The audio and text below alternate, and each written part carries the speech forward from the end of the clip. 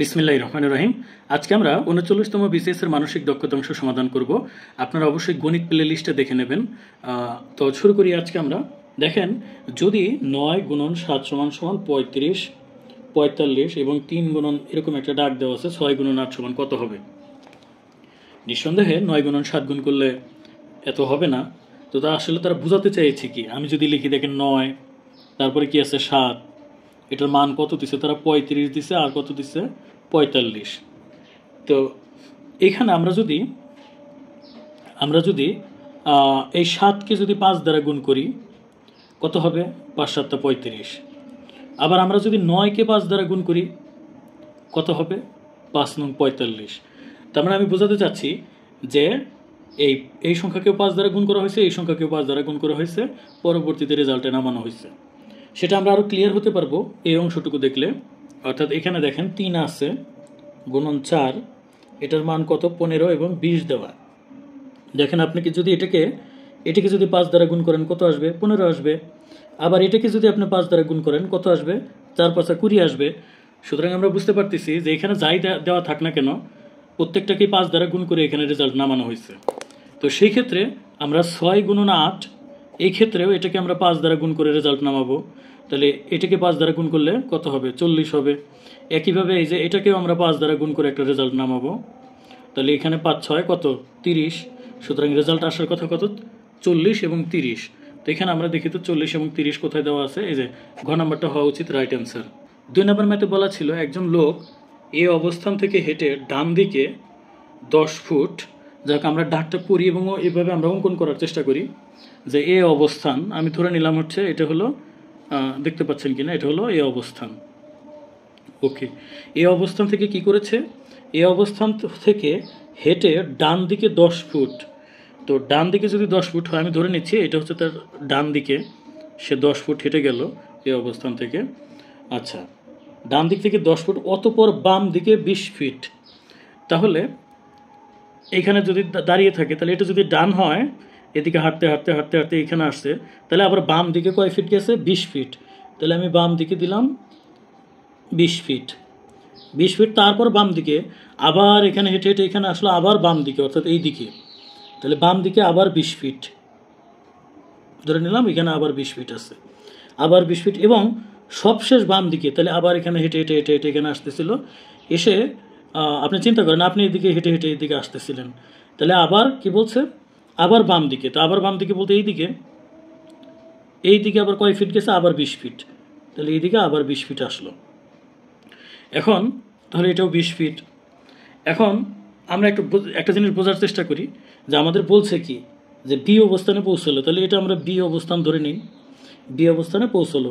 তাহলে এ ও বি এর মধ্যকার দূরত্ব কত, অর্থাৎ এখান থেকে এখানে দূরত্ব কত। তো নিঃসন্দেহে আপনারা বুঝতে পারছেন এই দূরত্বটা কত হবে। কারণ দেখেন যে এইটা যদি একটা বাহু হয়, তাহলে এটা বিপরীত বাহু, এই বিপরীত বাহু এখানে যদি ২০ হয়, এখানেও ২০, আবার এখানে যদি ২০ হয় তাহলে অপোজিট ২০ হবে। অর্থাৎ এটা একটা আমার আয়ত হয়ে গেছে। আসলে এটা যেভাবে বলছে সেই হিসাবে এটা একটা বর্গ হওয়ার কথা ছিল। যাই হোক, এইটুকু যদি ১০ হয় তাহলে এই যে বাকি এইটুকু কিন্তু ১০, কারণ ১০ আর ১০ ২০, বিপরীত বাহুগুলো সমান হবে। তাহলে এই যে বি থেকে এর দূরত্ব হবে ১০ ফুট। তাহলে যে ঘ নাম্বারটা হবে রাইট অ্যান্সার। কোনটি মৌলিক সংখ্যা? এখন মৌলিক সংখ্যা তো আমরা জানি যে সংখ্যাটাকে আমরা ১ এবং ওই সংখ্যা বাদে অন্য কিছু দিয়ে ভাগ করতে পারি না, সেটা হলো মৌলিক সংখ্যা। এখন ৪৭ একটা মৌলিক সংখ্যা হতে পারে। ৪৭কে আমরা ভাঙাবো, কত দিয়ে ভাঙাবো, ২ দিয়ে কি ভাঙানো যাবে না, ৩ দিয়ে ভাঙানো যাবে না, ৪ দিয়েও না, ৫ দিয়ে, ৫ ৮ ৪০, ৫ নং ৪৫ না, যাবে না। ৬ দিয়ে ৬ ৭ ৪২, ৬ ৮ ৪৮ যাবে না। ৭ দিয়েও যাবে না, ৭ ৭ ৪৯। তো আমার আর করা দরকার নাই। কেন? কারণ দেখেন এই সর্বশেষ যে সংখ্যাটা এর উপর স্কোয়ার করে দেখবেন কত আসে, ৪৯ আসছে না, এই যে 49টা কিন্তু অলরেডি ৪৭-এর চাইতে উপরে চলে গেছে।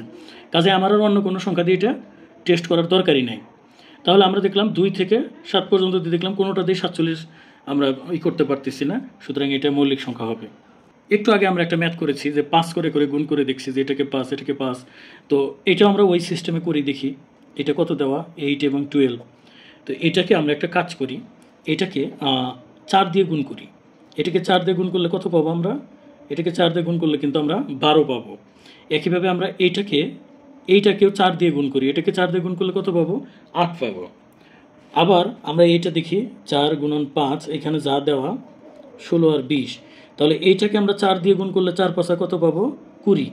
আবার এটাকে 4 দিয়ে গুণ করলে 4 চারা কত পাবো? 16। সুতরাং আমরা দেখতে পাচ্ছি যে প্রত্যেকটা সংখ্যাকে 4 দিয়ে গুণ করলে তাহলে কিন্তু আমরা কাঙ্ক্ষিত রেজাল্টে পৌঁছাইতে পারবো। তাহলে এখানে 6 গুণন 7, আমরা যদি এটাকে 4 দিয়ে গুণ করি কত হবে? 4 7 28। আর এটাকে যদি আমরা 4 দ্বারা গুণ করি 4 6 কত? 24। সুতরাং এটা অ্যান্সার হওয়ার কথা 24 এবং 28। ক নাম্বারটা এটা দেখতে পাচ্ছেন কিনা? এটা ক নাম্বারটা হওয়া উচিত রাইট অ্যান্সার। 5 নাম্বার যে ম্যাথটা ছিল এখানে দেখেন এগুলো আসলে কোনো কি বলবো, খুবই সহজ। 4 এবং 2 এবং 8 গুণ করলে সবগুলোতেই 64, দেখেন 64 দেওয়া আছে, তো বোঝা যাচ্ছে যে 64 হবে। এখন 64 তো হবে বুঝতে পারলাম, তো আমি 64 লিখলাম। এখন ঘটনা হচ্ছে যে এখানে দশমিকের পর কয় ঘর আছে? 2 ঘর, এখানে 2 ঘর, তাহলে 4 ঘর, 4 ঘর আর 1 5 ঘর।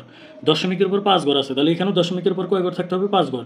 তাহলে 1 2 3 4 5। এখন দেখেন যে এটা হবে রাইট অ্যান্সার, কারণ দশমিকের পর 1 2 3 4 5 ঘর আছে, এখানেও কিন্তু দশমিকের পর 1 ঘর 2 3 4 5 5 ঘর। সুতরাং দশমিকের পর 3টা শূন্য কোথায় দেওয়া আছে? এই যে ক নাম্বারটা হওয়া উচিত রাইট অ্যান্সার। 6 নম্বরে বলা ছিল কোন ভগ্নাংশটা বৃহত্তম। তো আমি প্রত্যেকটা ভগ্নাংশ যদি তুলনা করি তার আগে দেখেন আমরা এই ভগ্নাংশটাকে কিন্তু ছোট করে নিতে পারি। সেটা হলো 2 দিয়ে কাটাকাটি করলে উপরে 4 আর নিচে 2 দিয়ে কাটাকাটি করলে 7। তো 8/14 যে কথা, 4/7 একই কথা কিন্তু।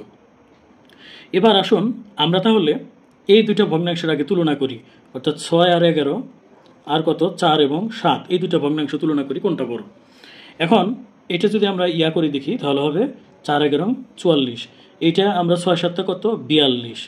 তাহলে বড় কোনটা? 44 বড় না 42 বড়? অবশ্যই 44 বড়। সুতরাং এই ভগ্নাংশটা বড়। তাহলে এখন পর্যন্ত আমাদের এই ভগ্নাংশটা বা এই ভগ্নাংশটা বড় হলো।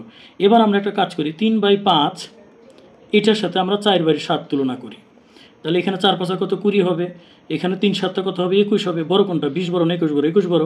সুতরাং সর্বশেষ বড় কিন্তু 3/5, এটি কিন্তু বড় হবে। তাহলে 3/5। আমাদের আর একটা ভগ্নাংশ 5/8।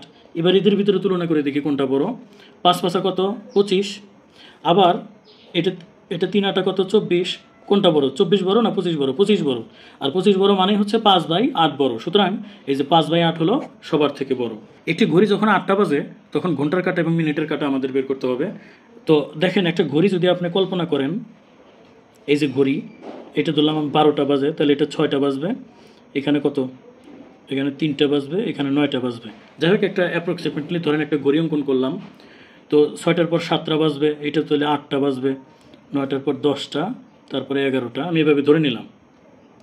এখন বলছে যে ঘড়িটা বাজে কত? 8টা এবং 8টা বাজলে ঘুরে, এটা যদি আমি মিনিটের কাঁটা ধরি আর এটা যদি ঘন্টার কাঁটা ধরি, তাহলে এই যে কোণটা, এই কোণের পরিমাণটা আমাদের বের করতে হবে। এখন দেখেন আমাদের ঘড়িতে কিন্তু এখানে যদি 1 হয়, 1 থেকে শুরু করে এইভাবে 12টা ঘর থাকে, তাহলে 12টা ঘর কেন্দ্রে কত ডিগ্রি কোণ তৈরি করে? 360 ডিগ্রি কোণ তৈরি করে। এই কেন্দ্রে কত? একটা ঘড়ির কেন্দ্রে কত ডিগ্রি কোণ হবে? পুরোপুরি 360 ডিগ্রি। তাহলে এখন আমরা বলতে পারি যে 12 ঘর মিলে তৈরি হয় হলো 360 ডিগ্রি। অতএব এক ঘরে হবে 360 ডিগ্রি ভাগ হলো 12, তাহলে এটা কাটাকাটি করলে 3 12 36, 30 ডিগ্রি হবে আর কি। তার মানে প্রতি ঘরে কয় ডিগ্রি করে কোণ থাকে? 30 ডিগ্রি কোণ। তাহলে প্রতি ঘরে যদি 30 ডিগ্রি কোণ থাকে, তাহলে এই যে একটা ঘর, 2টা ঘর, 3টা ঘর, 4টা ঘর, তাহলে আমার ঘর আছে কয়টা? 4টা। তাহলে 4টা ঘরে তাহলে 3 4 12, অর্থাৎ এই দেখেন এক একটা ঘরে আমরা দেখলাম 30 ডিগ্রি করে কোণ তৈরি হয়। তাহলে এই 8 থেকে 12 পর্যন্ত যদি দেখেন এখানে ঘর আছে 1 2 3 4, 4 ঘর, তাহলে 4 30 120। সুতরাং আমাদের ঘন্টার কাঁটাটা এবং মিনিটের কাঁটা এখানে কিন্তু 120 ডিগ্রি কোণ তৈরি করবে। উত্তরে যদি 120 ডিগ্রি দেওয়া ছিল না, এটা রাইট অ্যান্সার হবে 120 ডিগ্রি। আবার দেখেন কেউ কল্পনা করতে পারেন যে কোণ তো এটাও হইতে পারে, এই দিক থেকে এই দিকে এটাও তো হইতে পারে, তাই না? অর্থাৎ উপরে এই কোণ আবার নিচে এইটা কোণ, অর্থাৎ ঘন্টার এবং মিনিটের কাঁটা কিন্তু আমাদের 2টা কোণ তৈরি করবে। ও এই দিকে একটা, অপোজিটে একটা, যেটা ছোট কোণ সেটা অ্যান্সারে আসবে।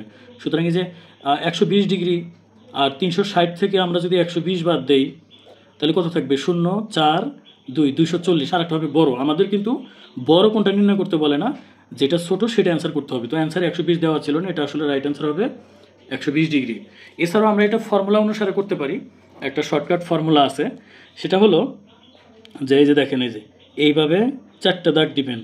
কেন 4টা দাগ দিবেন? আপনি মনে রাখার জন্য। এরপরে এটা এম দিবেন, তার মানে 11 মিনিট। 11 মিনিট আর একটা হবে 60 আওয়ার, এটা মনে রাখবেন। এবং এই দুটোর ডিফারেন্স নিচে হলো 2 দিবেন, তাহলে কিন্তু অঙ্কটা হয়ে যাবে। এখন 11 মিনিটস, মিনিটের ঘর কত? আমরা কিন্তু এই যে 8টা বাজলে কিন্তু মিনিটের ঘর 0, এই যে এখানে থাকবে, তো এখানে হবে 0, ডিফারেন্স হবে কত? 60-এর সাথে আমরা আওয়ার কয়টা বাজে? 8টা বাজে, সুতরাং 60 গুণন আওয়ার এখানে 8, এই যে 8-এ আছে, আর নিচে থাকবে হলো 2। এবার দেখেন তাহলে ডিফারেন্স কী হবে? এখানে 0 হয়ে যাবে, 0 এবং আর একটা সংখ্যা কত? 6টা 48, 0।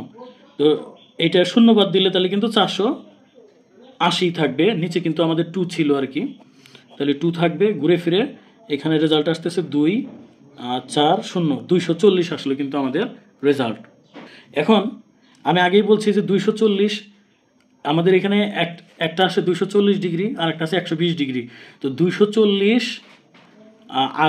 আর একটা তাহলে কত হয়?